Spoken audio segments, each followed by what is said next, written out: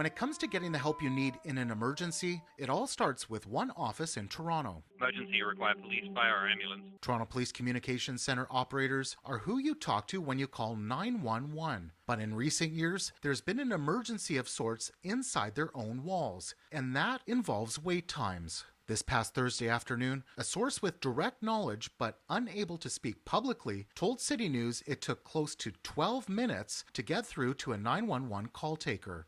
To better show just how long that is, we were able to go from the Pickering-Toronto border and get to the DVP in the same amount of time it took someone to wait on hold. It's absolutely atrocious. You got to take a look at, those are top tier calls. And we also had 50 911 calls in pending. CityNews asked the new head of the Toronto Police Union about this. The association says they independently heard the same figures we did. There are times there's 11 people taking 911 calls for a city of 3 million. Our members down there are burnt out. Clayton Campbell says he's heard of 8 or 9 minute wait times on other recent occasions. He says recruiting and keeping staff is a major problem, resulting in mental health challenges and other issues for employees. The service is trying to hire.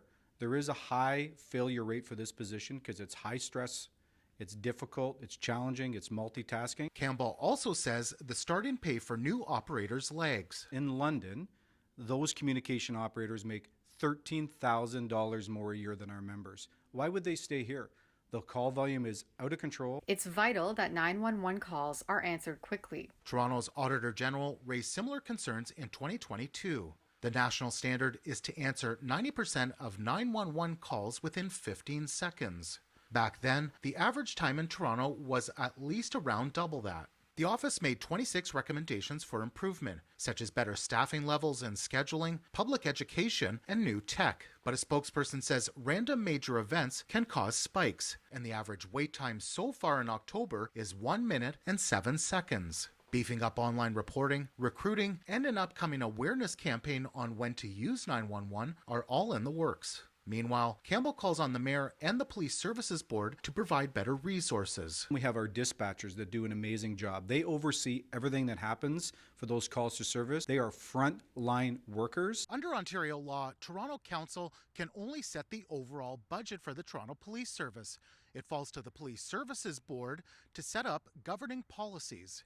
I had a chance to speak with Mayor Olivia Chow, as well as Councillor Lily Cheng, who sits on the board. I'm just wondering your reaction to hearing about an 11-minute, 45-second wait time. Whoa, that is scary. Every second being on hold is scary. As a city councillor, we get all kinds of complaints, and recently the same issue has been brought to my attention. They were put on hold and not responded to for 10 minutes. National standard, it's answer a 911 call within 15 seconds, 90% of the time. Even the October averages, you say you would put more resources there. In the 2024 budget, the police requested, and we gave them the exact dollar amount they requested. Frontline answering the call.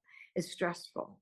And I know that the police are on track of hiring more people and training managers, but that takes time because it's highly skilled kind of work. What do you say in response to the TPA who say that their members are not getting enough money even to have competitive salaries, enough money to address staffing? I can't comment to their points as a board member, but I do look to the AG's suggestion, one of which I think we should explore, which is 911 levies. In other provinces, they just have a charge per month, just a levy that's added to your cell phone bill. It would result in $28.8 million for Toronto. Funding is a challenge on so many levels. And whenever we talk about the police budget, it's always very controversial, but the police service always highlights that as the Toronto Police, there are just many, many levels of complexity that are beyond just municipal responsibilities. The City of Toronto